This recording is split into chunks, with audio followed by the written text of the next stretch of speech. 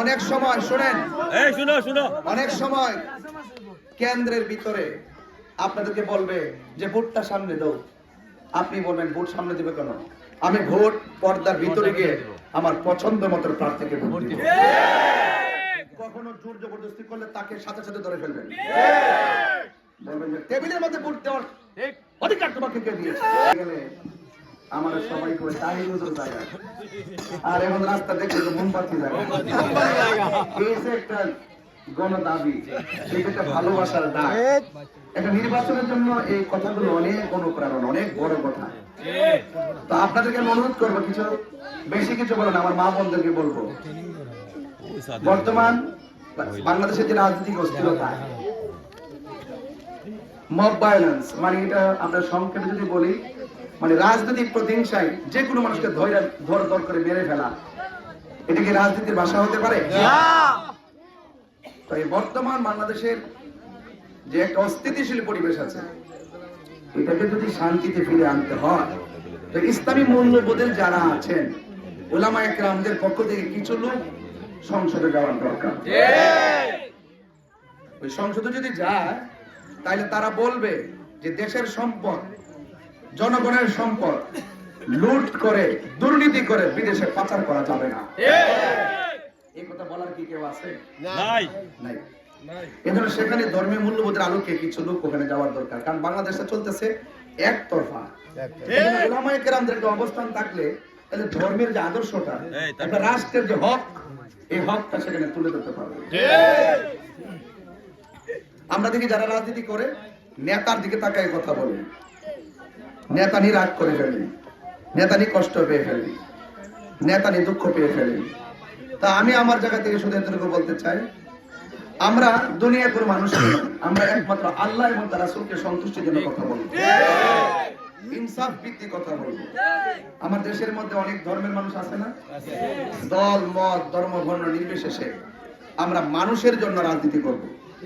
আমরা প্রতিহিংসা রাজনীতি করবো না। আমাদের মা বোনদেরকে ইজ্জত আছে না? এদের চলাফেরা নিরাপত্তা দিতে হবে না? এরা অনেক সময় সাংসারিক, পারিবারিক, সামাজিক ভাবে অনেক অবহেলার শিকার হয়। এদের মূল্যবোধ রাষ্ট্রীয় ভাবে প্রতিষ্ঠার দরকার আছে না? এই জন্য এদের কথা ভাবতে হবে। মনে হয় যে নারীরা মনে হয় দাসীর মতন, এটা কি ভাবা যাবে? না, নারীরা দাসী নয়, নারীরা হলো পুরুষের কাছে, সমাজের কাছে সবচেয়ে বড় আমানত। কারণ এই নারীদের কথা রাসূল 3 বার বলেছে, মায়ের কথা কয়বার বলেছে? 3 বার। তো যাদেরকে রাসূল এত সম্মান দিয়েছেন, তো আমরা কি এদেরকে সম্মান দিতে হবে না? অবশ্যই। সম্মানের কথাগুলো সংসদে বলে না, বরং নারী সমাজকে নিয়ে কুৎসা রটনা করে কথা বলা হয়। আমি নারীদের আত্মমর্যাদা ফিরিয়ে দিতে চাই। আমি চা শ্রমিকদের সঙ্গে যে অর্থনৈতিক বৈষম্য সৃষ্টি করা হয়েছে, সেই অর্থনৈতিক বৈষম্য দূর করে চা শ্রমিকদেরকে স্থায়ী সমস্যাগুলো সমাধান করতে চাই। আমি এখানে ঢুকেছি, অনেকগুলো শাখা উপশাখা রাস্তাগুলো আছে না? আছে।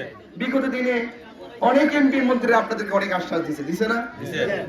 আমি বড় আশ্বাস দিতে চাই না। আমি মনে করি জনগণ যদি প্রতিনিধি বানায়, রাষ্ট্রের পক্ষ থেকে যে বাজেট আসে, এই বাজেট যদি মাইরা খাওয়ার স্বপ্ন না থাকে, তাহলে এই সমাজের একটা রাস্তাও কাঁচা থাকবে না।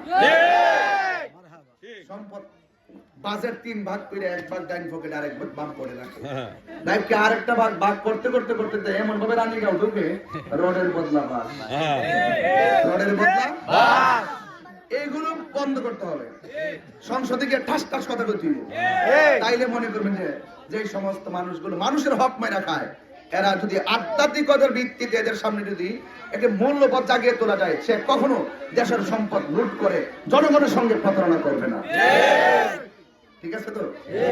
আজানের সময় হয়ে গেছে, আমাদের সময় একদম সন্নিকটে, অনেক জায়গায় যেতে হবে। একটা কথা বলবো, মার্কাটা কি?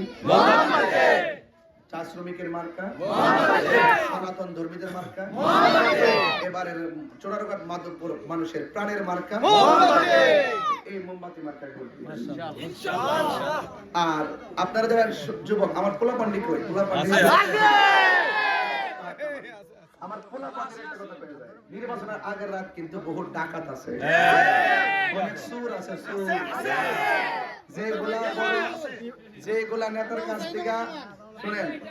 আর আয়সা কিন্তু অনেক সময় কি করে জানেননি, আয়সা কেন্দ্র আয়সা দখল করার চেষ্টা করে। ঠিক আছে কিনা?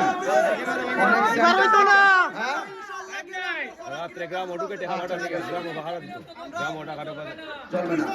তাইলে অনেক সময় দেখবেন, অনেক সময় শুনেন, অনেক সময় কেন্দ্রের ভিতরে আপনাদেরকে বলবে যে ভোটটা সামনে দাও, আপনি বলবেন ভোট সামনে দিবে কেন, আমি ভোট পর্দার ভিতরে গিয়ে আমার পছন্দ মতো প্রার্থীকে ভোট দিব।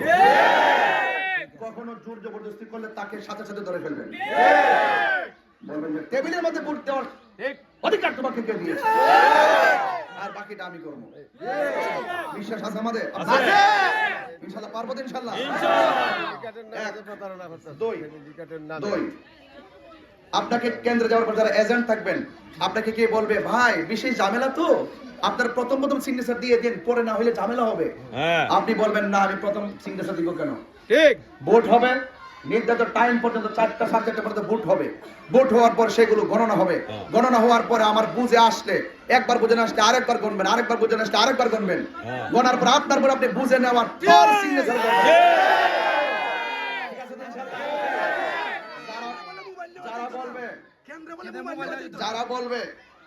যারা বলবে অনেকে কয়েকটা নিউজ পাইছে যে একদিন পরে 3 দিন পরে নাকি রেজাল্ট দিব, আমার কথা হলো 10 দিন পরে রেজাল্ট দিলে আমার আপত্তি নাই, কিন্তু আমার রানীগাঁওয়ের কেন্দ্রের ভোট কেন্দ্রের হিসাব দিয়া তারপরে তুমি 1 বছর পরে যায়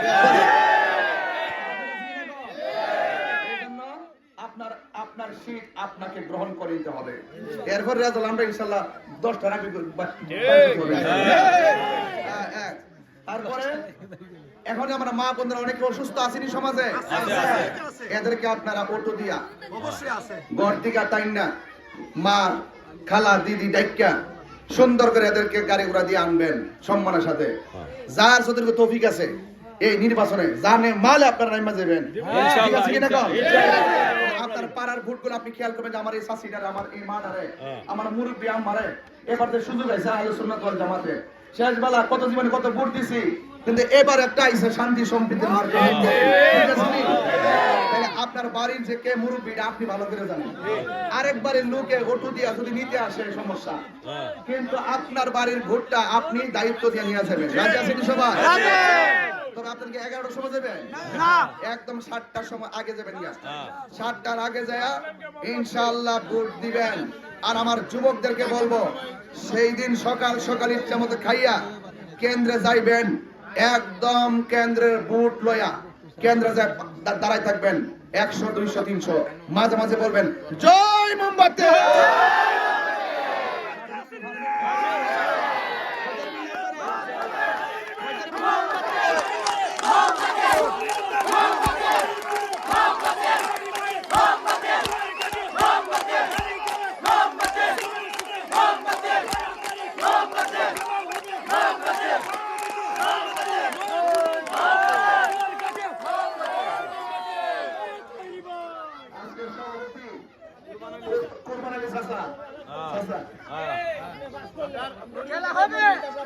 ইনশাআল্লাহ ইনশাআল্লাহ